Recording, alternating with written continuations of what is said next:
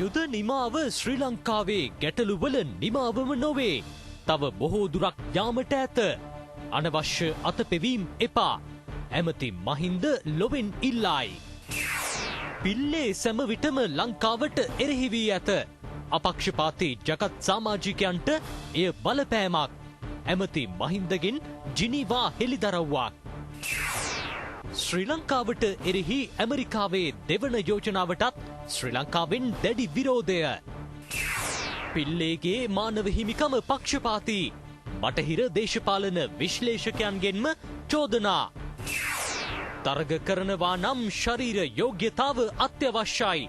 පාසල් ළමයින්ගේ ක්‍රීඩා තරග ගැන ජනපතිගෙන් උපදෙස්. සමුගන්නා හෙටට පෙර පාප් වහන්සේ වතිකානුවේදී අද ජනතාව හමුවේ පෙනී සිටී.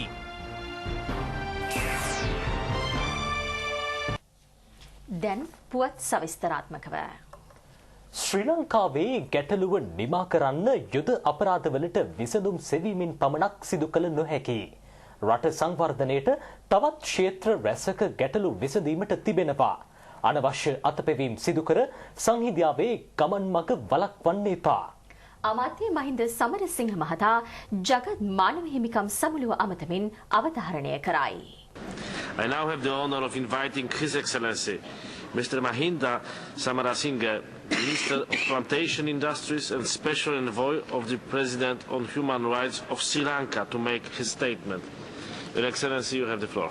Mr. President, Madam High Commissioner, Excellencies, ladies and gentlemen. Mr. President, on behalf of my delegation, let me felicitate you upon your assumption of the presidency and offer our support to you in the discharge of your office during your tenure. At the conclusion of Sri Lanka's Universal Periodic Review last November, I informed the working group that we would continue our practice of sharing with the Council our ongoing progress towards peace and normality. We are present here today to share that progress. Though faced with skepticism and even hostile criticism from some quarters, Sri Lanka has continued to engage its interlocutors in a spirit of openness, candor and constructive dialogue.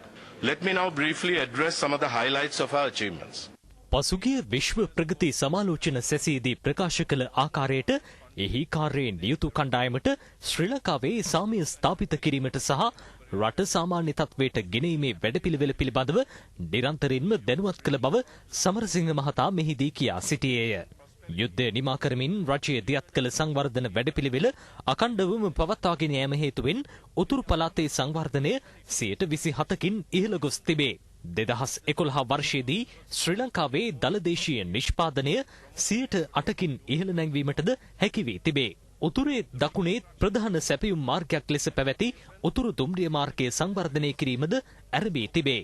වවුනියාවේ සිට කන්කසන්තුරේ දක්වා kilometre 177ක දුම්රිය මාර්ගය 2015 වර්ෂයේ වන විට අවසන් කරන බවද සමරසිංහ මහතා වැඩිදුරටත් පැවසීය. යලි පදිංචි කිරීමේ කටයුතු සියල්ල අවසන් කර තිබේ. අවතැන් වූවන් 1186 දෙනෙකුගෙන් යුත් අවසාන කණ්ඩායම පසුගිය සැප්තැම්බර් මාසයේ නැවත පදිංචි කරමින් නැවත පදිංචි කිරීමේ වැඩපිළිවෙල අවසන් කළ බව අමාත්‍යවරයා කියා සිටී. ඉඩම් ප්‍රශ්නය පිළිබඳ ගැටලු විසඳීම සඳහා උගත් පාඩම් හා ප්‍රතිසන්ධාන කොමිසම් වාර්තාවේ යෝජනාවලට අනුව ස්වාධීන ඉඩම් කොමිසමක් ස්ථාපනය කිරීමට කටයුතු කර තිබේ. යුද්ධය අවසන් කිරීමෙන් පසුව එම ප්‍රදේශවල සිවිල් කටයුතු වලට පහසු වන ආකාරයෙන් වැඩි වශයෙන් සිටි හමුදා බලෑනි ඉවත් කිරීමට පියවර ගැනින. හමුදා සෙබළුන්ගේ දායකත්වයෙන් එම ප්‍රදේශවල සංවර්ධන කටයුතු කාර්යක්ෂමව සිදු කළ බවද අමාත්‍යවරයා මෙහිදී වැඩිදුරටත් අවධාරණය කළේය. අධි ආරක්ෂිත කලාප ඉවත් කිරීමටද කටයුතු කර තිබේ. උතුරු නැගෙනහිර පළාත්වල පරිපාලන සේවාවන් වලට හමුදාව සම්බන්ධව ඇතැයි නැගෙන චෝදනා ප්‍රතික්ෂේප කළ අමාත්‍යවරයා හමුදාව සිවිල් පරිපාලන සේවා සමග කිසිදු සම්බන්ධතාවක් නොමැති බවද පැවසීය. ත්‍රස්තවාදීන් වලදමා තිබූ බිම්බෝම්බ සියල්ලම පාහේ ඉවත් කර තිබේ. බිම්බෝම්බ ඉවත් කිරීමට තවත් ඉතිරි වැත්තේ වර්ග කිලෝමීටර 98ක් වැනි භූමි ප්‍රදේශයක් පමණි. ආරක්ෂක අංශ වෙත බහර වූ හිටපු LTTE සමාජිකයන් 11456 දෙනෙකු 2013 ජනවාරි 15 වෙනිදා වන විට පුනරුත්ථාපනය කර සමාජගත කිරීමටද පියවර ගැනින. සියලු ජනතාවට එකසේ සැලකීමේ රජයේ සංකල්පය මෙහිදී තවත් තහවුරු කර ඇතැයි සැසියේදී අදහස් දැක්වූ සමරසිංහ මහතා පෙන්වා දුන්නේය. හිටපු LTTE සමාජිකයන්ට අධිකරණය හමුවේ නඩු පවරා ඔවුන්ට දඬුවම් කිරීමට රජය කටයුතු කළේ නැතැයිද සමරසිංහ මහතා එහිදී අවධාරණය කළේය. මේ සියල්ල ක්‍රියාකාරී සැලැස්මකට අනුව සිදු කරන බවද ඒ මහතා පැවසීය. මෙවැනි වාතාවරණයක් හමුවේ ශ්‍රී ලංකාවට අනවශ්‍ය බලපෑම් සහ අතපෙවීම් සිදු කිරීම මෙම සාර්ථක සංවර්ධන ක්‍රියාදාමයටත් ශ්‍රී ලංකාවේ ඉදිරි ගමන් මගටත් දැඩි බාධා එල්ල කරන බව සමරසිංහ මහතා පවසයි. යුද අපරාධ සහ වගවීම් පිළිබඳව උගත් පාඩම් හා ප්‍රතිසන්ධාන කොමිසම් වාර්තාවේ තිබෙන නිර්දේශ පැහැරහැර තිබෙන බවට නැගෙන චෝදනා පිළිබඳ අදහස් පළ කරමින් අමාත්‍යවරයා කියා සිටියේ ඒ පිළිබඳ පරීක්ෂණ පැවැත්වීම සඳහා හමුදා අධිකරණයක් ස්ථාපිත කර ඇති බවයි. මෙම වාතාවරණය තුළ මානව හිමිකම් පිළිබඳ එක්සත් ජාතීන්ගේ මහකොමසාරිස් නවනීදන් පිල්ලේ මහත්මිය ශ්‍රී ලංකාව පිළිබඳ මානව හිමිකම් සැසියේ මෙන්ම එයින් පිටතදී සිදු කළ ප්‍රකාශයන් ශ්‍රී ලංකාව පිළිබඳ ඍණාත්මක ආකල්පයන් ජාත්‍යන්තරය තුළ ඇති කරන බව සමරසිංහ මහතා පෙන්වා දුන්නේය. මෙම ප්‍රකාශ අපක්ෂපාතීව කටයුතු කරන මානව හිමිකම් සමුළුවේ සමාජිකයන්ගේ අදහස්වලට අනවශ්‍ය බලපෑම් එල්ල කරන බවට අමාත්‍යවරයා කියා සිටියේය. ඇමරිකාව ශ්‍රී ලංකාවට එරෙහිව ජගත් මානව හිමිකම් සමුළුවට ගෙනීමට නියමිත දෙවන යෝජනාවටත් ශ්‍රී ලංකාවේ දැඩි විරෝධය. I will now give the floor to District Representative of Sri Lanka. Mr. President, my delegation wishes to exercise its right of reply with regard to the reference to Sri Lanka contained in the statement made today by Ms. Esther Brimmer, Assistant Secretary of State for International Organizations of the USA. Mr. President, we strongly reject any unfair, biased, unprincipled and unjust approach that may be adopted by this Council towards the protection and promotion of human rights of Sri Lanka. We reiterate our consistent position that any action taken in the promotion and protection of human rights of a country must have the consent of that country and be based on the principles of cooperation and genuine dialogue and the founding principles of universality, impartiality, non-selectivity, which govern the mandate of the Council. Sri Lanka is therefore firmly of the view that this Council should not embark upon or encourage either debate or any country-specific resolution by virtue of a singled-out process which would run counter to the founding principles as elaborated above. Sri Lanka is implementing a comprehensive process of reconciliation involving all communities based on the National Action Plan on the implementation of the recommendations of the LLRC. Mr. President, Sri Lanka should be encouraged in its endeavour in this reconciliation process rather than being singled out for any disproportionate attention in this Council. I thank you, Mr. President.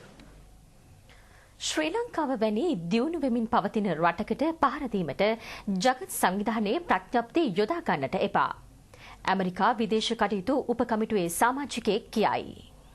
එක්සත් ජාතීන්ගේ ප්‍රඥප්තිය ක්‍රියාවට නැංවීමට ඇමරිකාව යොදාගත යුත්තේ රාජ්‍යයන් අස්ථාවර කිරීමේ මාර්ගයන් නොවන බව America විදේශ කටයුතු උපකමිටුවේ සමාජික NEFH ෆැලියුමවේගා පවසයි. සිය කමිටුව හමුවේ ඔහු තවදුරටත් කියා සිටියේ ශ්‍රී ලංකාවට එරෙහි ඇමරිකා යෝජනාව ඉවත් කරගත යුතු බවයි. ඔවුන් මෙම යෝජනාව ගෙනෙන්නේ 30 වසරක යුද්ධය අවසාන සමයේ සිදුවේ යයි කියන සිද්ධීන් කිහිපයක් මුල් කරගනිමිනි. කොටි ත්‍රස්තයෝ 378කට අධික පිරිසක් මරාගෙන මැරෙන ප්‍රහාර මගින් අහිංසක මිනිසුන්, කාන්තාවන් සහ ළමයින් දහස් ගණන් මෙන්ම සිවිල් වැසියන්ද ඝාතනය කළහ. මෙම ඝාතන ලොව සෙසු ත්‍රස්ත සංවිධානවලට වඩා ඉතා ඉහළ අගයක් ගන්නා බවද ඔහු පෙන්වා දුන්නේය. ත්‍රස්තවාදය නිම කිරීමෙන් පසු කෙටි කාලයක් තුළ ශ්‍රී ලංකාව ලබා ඇති දියුණුව අතිවිශිෂ්ටය. ඇමරිකාවද කළ යුත්තේ ඕස්ට්‍රේලියාව මෙන් ශ්‍රී ලංකාවට ගොස් එම කටයුතු සියසින් දැක බලා ගැනීමයි. ඕස්ට්‍රේලියා නියෝජ්‍ය විපක්ෂ නායක ජුලී බිෂොප් ඇතුළු පාර්ලිමේන්තු කණ්ඩායමක් ශ්‍රී ලංකාවේ සිදු කළ සංචාරය ගැනද ඔහු සිහිපත් කළේය. ශ්‍රී ලංකාවට එරෙහිව හඬ නගන ජගත් මානව හිමිකම් කවුන්සිලය මෙන්ම ඇමරිකාවද ශ්‍රී ලංකාවේ යහපත් පැති කිසිවක් සඳහන් නොකිරීම කනගාටුවට කරුණක් බවද ඇමරිකා විදේශ කටයුතු උපකමිටුවේ සමාජික NEFH ෆැලියුමවේගා සිය කමිටුව හමුවේ ඊයේ යළි යළිත් අවධාරණය කර තිබේ. මානව හිමිකම් පිළිබඳ එක්සත් ජාතීන්ගේ මහකොමසාරිස් නවනීතන් පිල්ලේට ලොව නන්දෙසින් චෝදනා එල්ල වේ. ඇය ලොව බලවත් රටවල් කිහිපයක අවශ්‍යතා වෙනුවෙන් පෙනී සිටින බවට ඔහු චෝදනා කරති. සිය අධීක්ෂණය යටතේ පවතින මානව හිමිකම් කවුන්සිලය හරහා නවනීදන් පිල්ලේ බටහිර රටවල් වල අනසක පැතිරිය හැකි රටවල් වලට එරෙහිව කටයුතු කරන බව බටහිර දේශපාලන විශ්ලේෂකයෝ පෙන්වා දෙති. මානව හිමිකම් ආයුධයක් කර ගනිමින් තෝරාගත් රටවලට මැදිහත් වීම සඳහා ලොව බලවත් රටවලට නවනීදන් පිල්ලේ ඉඩකඩ සලසන බවට සුප්‍රකට කැනේඩියානු විද්වතෙකු වන මහාචාර්ය මිචෙල් චොසුඩොස්කි මහතා පෙන්වා දෙයි. ලිබියාවට මැදිහත් වීම සඳහා බටහිර රටවලට ඇය ප්‍රමුඛ කාර්යභාරයක් ඉටු කළාය.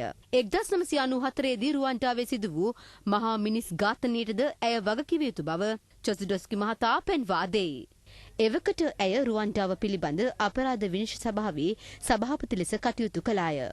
බටහිර සහාය ලබන සිරියානු කැරලිකරුවන්ටද වාසි සහගත ලෙස අසත්‍ය සංඛ්‍යා ලේඛන සැකසීමටද ඇය ක්‍රියා කර තිබේ. සිරියාවේ පාලනයට දොස් පවරන ඇය කැරලිකරුවන්ගේ ප්‍රචණ්ඩත්වය පිළිබඳ මුනිවත රකී. ජිනීවා මානව හිමිකම් සමුළුවේදී ශ්‍රී ලංකාවට එරෙහිව චෝදනා නැගීමද ඇයගේ කාර්යභාරය වී ඇතැයි දේශපාලන විචාරකයෝ පෙන්වා දෙති. සමුළුව ආරම්භක දිනේදීම ඇය ශ්‍රී ලංකාව පිළිබඳ අදහස් පළ කළාය. බලවත් රටවලට ඔවුන්ට අවිමත පරිදි රටවල් පාලනය කිරීම සහ බටහිර රටවලට අවනත නොවන රටවල් වලට දඬුවම් කිරීම සඳහා මානව හිමිකම් සාධකය මෙවලමක් කරගන්නා ආකාරයද මේ වන විට හොඳින්ම ප්‍රදර්ශනය වී ඇතැයි දේශපාලන විචාරකයෝ පෙන්වා දෙති. ජිනීවා නුවර පැවැත්වෙන 22 වන මානව හිමිකම් සමුළුවේදී ශ්‍රී ලංකාවට එරෙහිව යෝජනාවක් ඉදිරිපත් කිරීමට සැලසුම් කිරීම පිළිබඳව විවිධ පාර්ශ්වවලින් විරෝධතා මතුව තිබේ. මේ සම්බන්ධයෙන් රජයේ මැති ඇමතුරු දක්වන අදහස් දැන්. LTT සංවිධානය තමයි කිරිසප්පයාට අවශ්‍ය නොවන නුහුරු දෙයක් යුදායුධය අතර දුන්න LTT සංවිධානය. ඒ හිංසනයන් අපචාරයන් පුරුදු පුහුණු කරුවේ LTT සංවිධානය කොහොමද අපිට ඇඟිලි දික් කරන්නේ? ඒ නිසා අපි දන්නවා අපිට අභියෝග තියෙන අභියෝග වලට මුහුණ දීලා අපේ ජනාධිපතිතුමා අපේ රටේ අනිකුත් සියලු දෙනාම එක්කව වෙලා අභියෝග වලට මුහුණ දීලා යන ගමන. මේක උහුල ගන්න බැරි බටහිර බලවේග. එහෙම නැත්නම් ඇමරිකාව. ඒ වගේම ඩයස්පෝරාව හසුරුවන රටවල්. මේවා දම් බලනවා මානව හිමිකම් ප්‍රශ්නේ ගෙනල්ලා ජනාධිපතිතුමා ඇතුළු රජය වෙනස් කරන්න පුළුවන් කියලා. ඉලක්ක කරගත් හමුදා නිලධාරීන් කීප දෙනෙක්ව කූඩුවට දාලා ඇතුලේ ප්‍රශ්නයක් ඇති කරන්න පුළුවන්. මානව හිමිකම් කඩුවයි කියලා මේවා කරන්නේ. කවුද මේවා කරන්නේ? අර නවනීදන් පිල්ලේ. චැනල් පොයකයි නවනීදන් පිල්ලේ මේ කට්ටිය මේ මානව හිමිකම් ගැන කතා කරනවා නම් අපේ රටේ කොටි ඒ වෙලාවේ හැසිරෙන ආකාර අපේ බඩදරු අම්මලා කපලා කොල්ල මන්නකොට අතේ ඉන්න දරුවා පොළවේ ගහනකොට ඒ වගේම අපේ සංඝරත්නය පිටිපිටි ගහලා විනාශ කරනකොට ඒ වෙලාවේ මේ ආයතනයේ මේවා මේ මිනිස්සු කතා කරුවේ නැහැ මානව හිමිකම් ගැන. ප්‍රශ්න ඉන්න පුළුවන් ජාතිකත්වයන් එක 3-4ක් එකට ඉන්නකොට ආගම් අදහන 3-4ක් එකට ඉන්නකොට ඒවා එනකොට निराකරණය කරගැනීමේ ඥාණය අපිට තියෙනවා. දැන් අපේ රටේ මානව හිමිකම් චෝදනා එල්ල කරන්න දතකට බලියගෙන බලන් ඉන්න නෝනා. දීතුමිය කියනවා ඇයි මේ ගමේ තොටේ මිනිස්සු මරා ගන්න නැත්තේ මේ වගේ ප්‍රශ්නයක් ඇවිත්.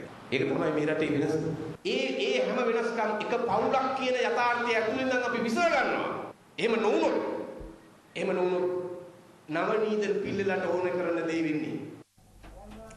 රාත්‍රී පුවත් තුලින් දැන් මත විරාමයක්.